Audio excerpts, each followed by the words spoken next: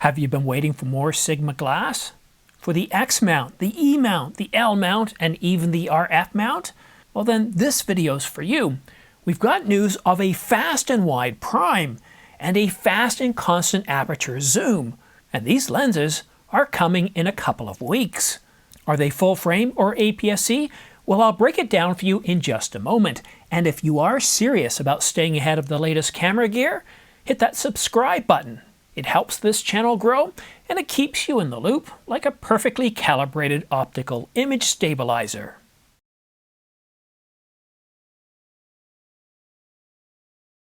Build Expo takes place every year in New York, sponsored by B&H Photo and Video.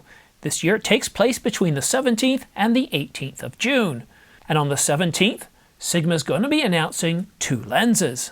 First up, let's just get this out of the way. In terms of full frame, no. However, you will be able to use these as full frame because, well, one of them is rather interesting. Let's go ahead and talk about the prime.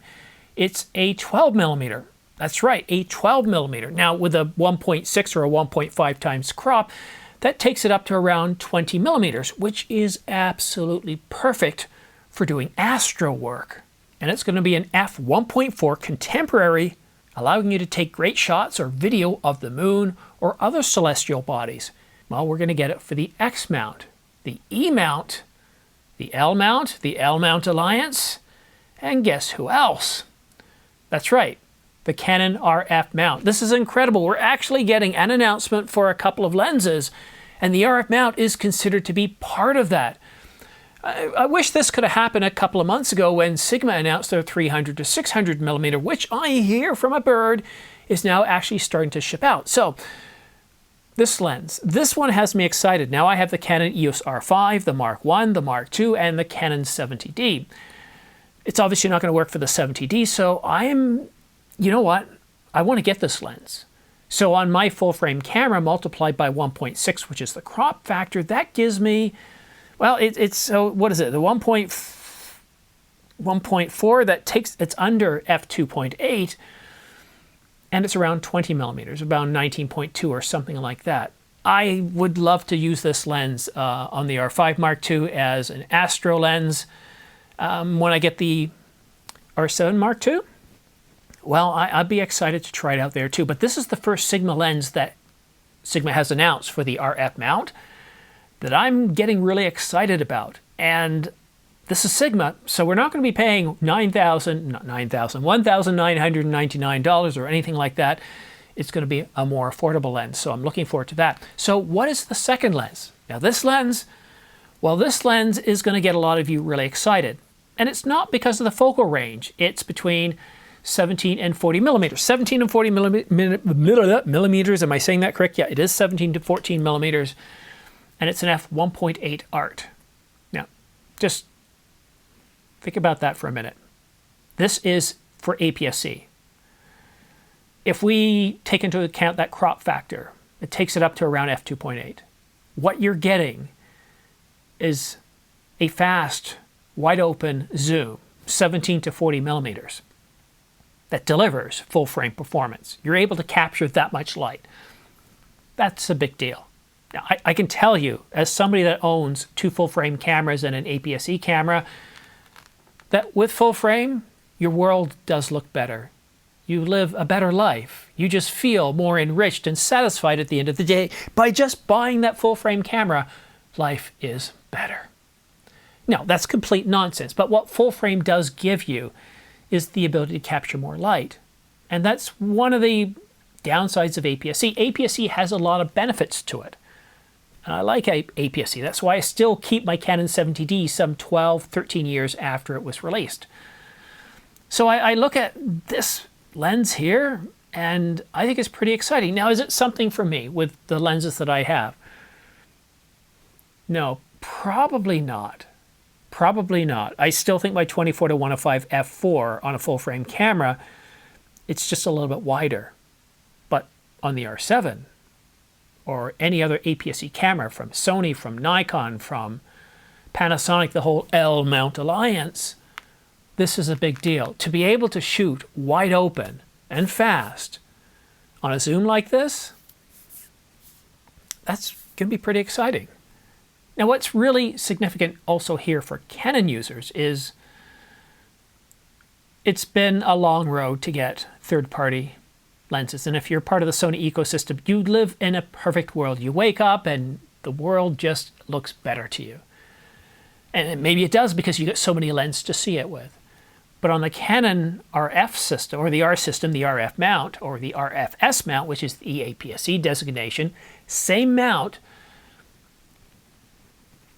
we don't have a lot of lenses out there. We've got one Tamron. I think another one's been announced as a development announcement. We've got a lot of manual focus, but in terms of autofocus, fully licensed through Canon, well, Sigma has 6 lenses, so these 2 lenses will bring it up to a total of 8, and that is exciting. We're starting to see some really exciting lenses for the Canon RF mount on the RFS. That has me personally very excited, but I still hold out. Sigma, look, we love what you make, and you've produced some incredible lenses. Your 24-70, your 150-600, your 60-600. Some amazing lenses, and of course some of your primes as well, your f1.4s. We would love to see you start announcing full-frame lenses. I know, let's get this announcement at Build. Maybe on the 18th. How about that? On the 18th, you do another announcement for full-frame lenses. Wouldn't that be great? So what do you guys think? Does this excite you? Which lens interests you? The 12mm or the 17-40mm?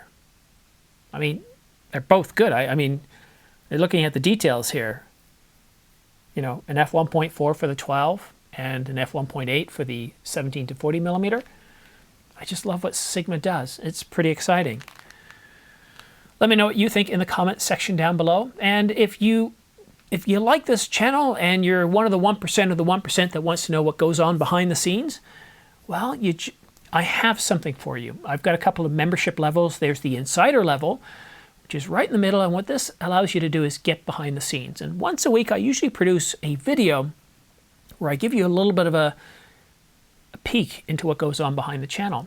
But for anybody who's an insider member, you can also ask me questions. You can ask me to do something. Well, not ask me to do something, but you know, based on what I have here, you can say, hey, how does this lens work? Or you have any questions about lenses or the industry?